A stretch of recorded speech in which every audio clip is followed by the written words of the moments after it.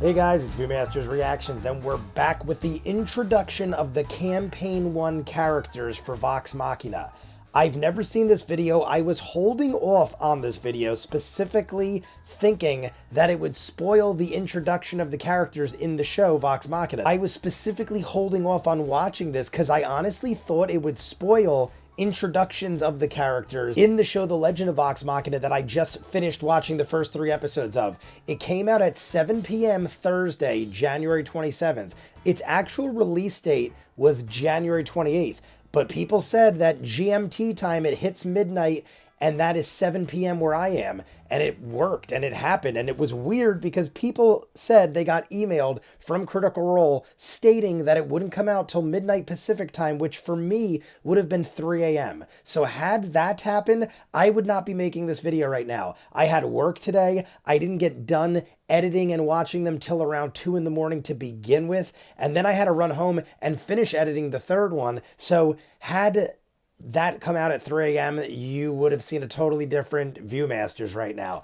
Jay would have been extremely tired. He would have been right to sleep after work. Instead, I got off of work. I'm well rested. I got a lot of enjoyment out of last night's episodes. I got to sleep in a little because of the snow, and everything worked out beautifully. I absolutely love the show, and I'm figuring that this will only help add to the enjoyment, because I was under the impression, I said it during the reactions of the show, that we were going to learn how all these people met, and we never did. So I'm guessing this is going to explain where they came from and their backgrounds, so to speak. I'm wondering if it will say something spoilerific about Percy, because Percy had some hell of an ending in episode 3. I don't want to spoil it if people haven't seen it yet, but episode 3, which was the last one I watched, 3 episodes a week, ended on a crazy hell of a banger weirdness thing. I don't even know what the hell it was, but I got theories and it's insane. And if you guys want to do a live chat, if you guys want to jump on and just talk and say, hey, what's up?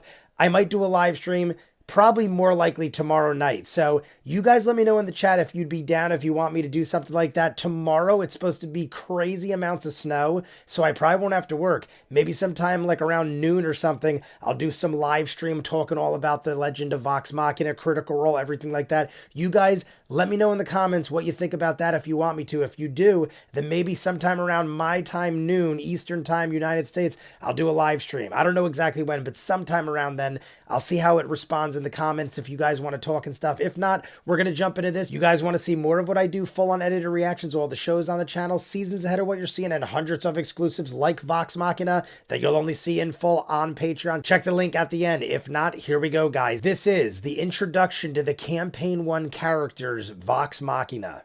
Right, listen up. If you have then you have a friend in Grog Strong. And he's got a head. A Goliath of towering height and size. This barbarian has an appetite for the 2 great loves in his life: combat, women, and ale. Did you say 2? Was that a joke?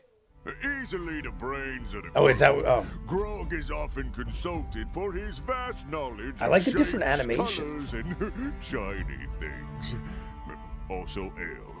In his early years, armed with his 2-handed great axe, Grog often enjoyed proving his might amongst the ranks of his family's wandering Yes, herd. we're getting background. I like it. After coming upon an unsuspecting elderly gnome in the woods, he objected to the killing of such an innocent life. A creature of impulse, Grog felt only pity for this terrified little thing. His disobedience cost him dearly. Beaten bloody and banished by the herd leader, his uncle Kevdak. Oh my god, look how much bigger he is. And left to die. Is he really that much bigger? Exiled from his herd, it was then that the relative of the very gnome he fought to save, saved him. It was the kindness of a gnome cleric named Pike that healed Grog, bringing him back from death's edge. Ah. They've been close friends ever since. Oh, so she saved his life. Grog can be found challenging entire taverns to wrestling matches, or accompanying Scanlan to the nearest house, where you pay for lady favors. All right, whorehouse. Also ale. Brothel. Also A ale. first impression of Keyleth would leave you with little information on the half-elven druid. You might even think that her social awkwardness due to her sheltered upbringing is kind of sweet. All right. Of course, it would be unwise explain to a lot underestimate in her the show. based on first impressions. Under that unintimidating, petite frame is a vicious beast waiting to be unleashed, whose natural powers have made even the fiercest of champions pee their pants. That's what I was experiencing in the show. Born to the air peeing my tribe of the pants. Ashari people, Keyleth was raised with a deep love of nature and the elemental magics. It is her people's inherent duty to protect the delicate areas in Tal'dorei, where the four But there's like a elemental dark planes side. begin to Almost fuse kind of with like their Storm, blood. I feel like, in Since she X-Men. was a little girl, she had quite a knack for air manipulation and beast-shaping Like Storm. abilities. Well, if you consider kittens and flying squirrels to be little beasts, which I do. I do. Yes. Anyways, I consider it wasn't them long beasts. before the headmaster of the tribe, her father, Corin, realized her true prodigious abilities, and she was inveterated to succeed him as the next headmaster. Just like that, her jovial childhood was stripped and replaced with endless spell memorization, What teachings happened? from ancient traditions, and exceedingly high expectations. Every druid leader-to-be must embark on a journey to seek out the sister tribes in order to introduce and establish respect amongst the fellow headmasters. Okay. They call this the Aramente, or Noble Odyssey. When her father felt she was ready, he set her on the path to truly discovering herself, not knowing when or if she will ever return. Is that what we're on? As she hiked down the mountain towards Stilben, she meditated on the task ahead. Part of the Aramente is proving yourself a strong warrior, a valiant protector, and a So wise she's on the and compassionate Aramente? leader. With this knowledge, one thought plays in repeat in her mind. Is she even worthy? Yes. She Percy appears was so to the me. third of 7 children, born to a noble family who lived far to the north. This in one I'm the ancient most castle curious. Of Whitestone. Whitestone. With so many siblings to share the burdens of lordship, Percy turned his attentions to the sciences, engineering, and naturalism. Maybe they won't spoil One day, things like that. A mysterious couple named Lord and Lady Briarwood came to court. Oh. During a feast held in their honor, the Briarwoods violently took control of the castle, killing or imprisoning everyone who would stand in their way. Percy awoke chained in the dungeon, only to be freed by his younger sister. Together they fled, chased by the Briarwoods' men. As they ran, Percy's sister took several arrows to That the was what we chest saw and in the fell. episode 3. Percy kept running, eventually jumping into a freezing river and floating unconscious to freedom. He did not remember waking I up love on that the I saw all this and I can He relate. barely remembered the next 2 years as he slowly made his way as far south as possible. Then one night, Percy had a dream. A roaring cloud of smoke offered him vengeance against those who destroyed his family. Oh. When he awoke, Percy began to design his first gun. See, that Grew up end part in was something I near the didn't know. Grove. That might have... Her ancestors were a family of deep gnomes with quite an unfavorable talk later. reputation. Thievery, destruction, and trickery left them with the curse of the last name Trickfoot. Trickfoot. Sarenrae, the goddess of Trickery healing and gnomes. redemption, had other plans for Pike's great-great-grandfather Wilhand, who left his family at a young age. Yeah, this after a dude, he dream. looks like some A dream that studious gnome. changed the course of the Trickfoot family. Like his hair. Wilhand devoted his life to Sarenrae and pledged from then on that him and his family would live a life of service and devotion. As a child, Pike seemed to have an affinity to heal.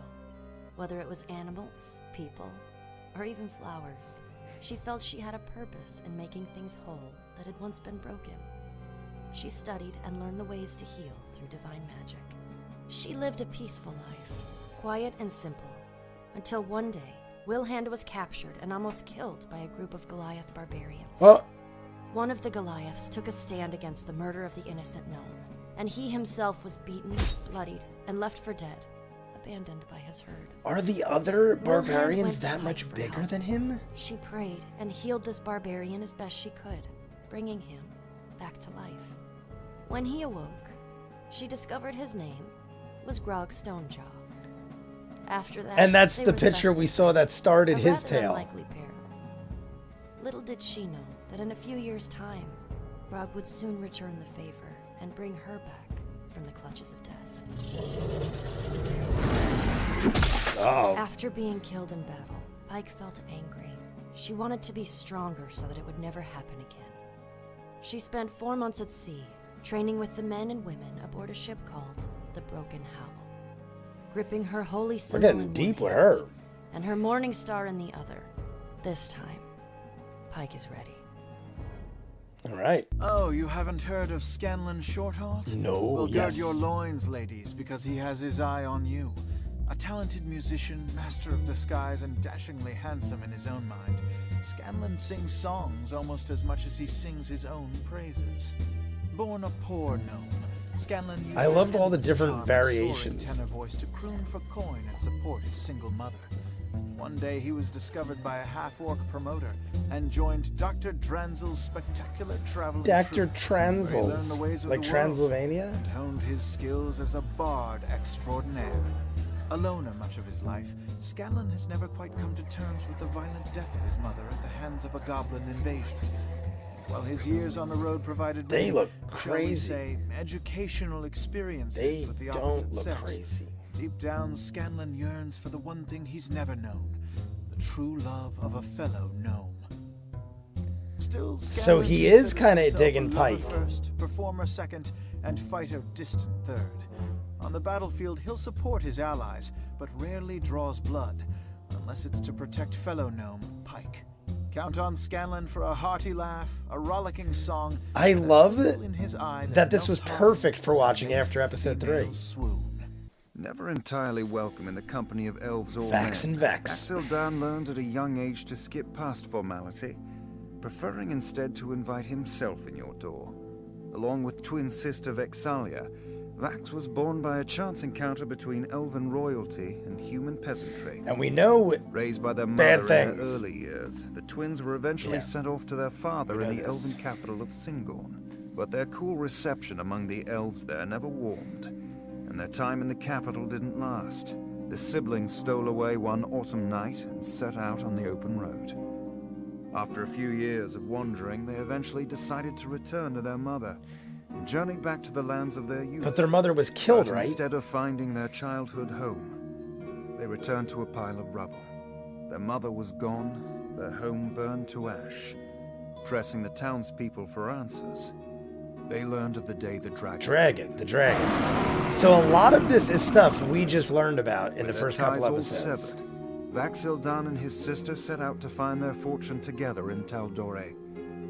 An outsider since birth, Vax quickly learned to solve life's challenges in his own particular way, often by sidestepping them entirely. And when his knack for circumventing I thought he adversity was going to say isn't enough, thievery and murder.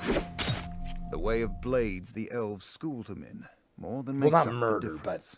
but violence. Like so many half-elves, Vexalia has spent most of her life suffering the cool reception of a people who don't fully accept her. Born of a human mother and an elven father who only later in life took an interest in their existence, Vexalia and her twin brother Vax'il quickly realized the only people they could truly rely on in this world were each other. It was at the age of 10 when the two were taken from their mother and brought to live in Singorn, the isolated elven city for which their father was an ambassador. He quietly took them in, but I always felt like kept we knew an more icy about distance. that. And after too many years of disdainful looks, the pair decided to leave his indifference behind and set out on their own. Vax took to the cities, stealing small trinkets and learning the ways of the thief. While Thievery, Vex man. kept I like them. I like my she thieves. preferred the isolation. Always the keen observer, she learned to hunt and to track, to spy and to shoot, and through a series of fateful events, earned herself a companion in the form of a bear. Her own stolen trinket. To fight alongside her I didn't even and realize. protect her fiercely. Also, he is adorable and gives expert massages. All right, guys, so there we have it. We have the introduction of all the characters. It's interesting that I watched it after the 3 episodes because honestly, I was told by many of you to watch this before I watched the show, and my intentions actually were to do that. But I was thinking if there's any video I can't get to in time, it'll probably be this one that I put off till after the show, because I kept thinking something about it tells me it'll spoil things. And honestly, right now, I think was the perfect time to watch it, because I don't think it spoiled anything. If anything, it just literally touched on all the things I just saw in the end of episode 3. They were talking about Percy, and they didn't really touch on anything spoilery other than what we saw in episode 3. They talked about how his sister got shot by crossbows while running away. I did make that mistake in the episode. If you guys haven't heard or confirmed that I know this already, I'm confirming it now, that I did realize Percy was the kid in the flashback. I originally thought Percy was the father and his wife and kids were murdered. And it kind of didn't make sense to me, because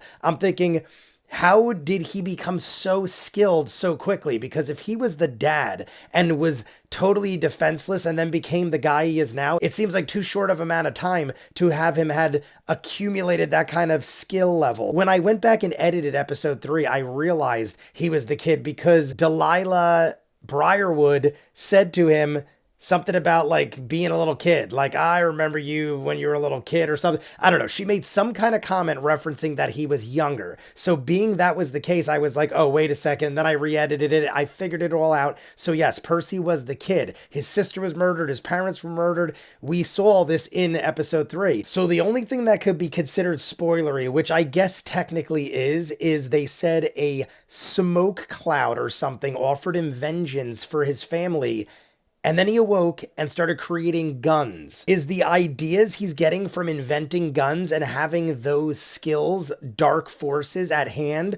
Or, I don't know, when he put the mask on, something happened dark and crazy in episode 3. So it gave me a little bit more information, but I already knew something dark was possessing him. We saw a shadow of this demonic looking figure with a claw and stuff. So clearly something possessed him. So it kind of just got right up to episode 3. This is like a great place to start. We also saw how Keyleth is on this mission from her father. I guess all her people do it, where you kind of have to find yourself. It's basically her pilgrimage to find herself, to find if she's worthy, or at least decide if she herself thinks she's worthy, which would explain why she's so awkward and so hesitant about things, and why in the show she was like, oh my god, we just fought a goddamn dragon, because she's young and this is fresh for her. But I feel like she is one of the most powerful. We learn that Scanlan does probably have a thing for Pike. Pike being a gnome, he is a gnome, and he said he's never found the love, or he seeks the love of another gnome. So I was saying during the show, he seems like he keeps hitting on her, but he hits on everybody, but it seems like it's different with her, and it is. One of the big things was Grog, banished by the other barbarians, saved by Pike because he saved Pike's relative. Are the other barbarians that much bigger than Grog? I don't know if that was just showing dominance or something in the form of animation, or the other barbarians get that big, because his uncle, who is the leader that banished him, they beat the living tar out of him, left him for dead, probably tried to kill him, and the dude looked massive. His uncle looked humongous next to him, and Grog's already the biggest dude. So that was crazy and scary, yet also interesting, and I love it. We have Vex and Vax. We already knew most of what happened to them in the show, so nothing else really got touched down. The only other thing they really told me that I could think of that triggered in my head was that they said due to a series of events she ended up with Trinket, but we already have Trinket the bear in the show. I still don't know what series of events led up to her getting Trinket. I'm gonna go edit this up. You guys let me know if you want me to do the live stream tomorrow sometime around noon or after. I don't know. I'll see what you guys say in the comments. We'll talk there. I will notify people and I'll post something up if I am going to do the live stream. But maybe we'll do a live stream. We'll talk about it since it's all new and just came out and we got all these videos. Besides the 3 reactions, I have dozens of videos up. So there's plenty for us to talk about. You guys let me know what you think. You want to see more of what I do, full unedited reactions, all the shows on the channel, seasons ahead, and hundreds of exclusives you'll only see on Patreon, including Vox Machina. Check the link in front of me. If not, comments down below. Like and subscribe, and I'll see you guys on the next one. Peace.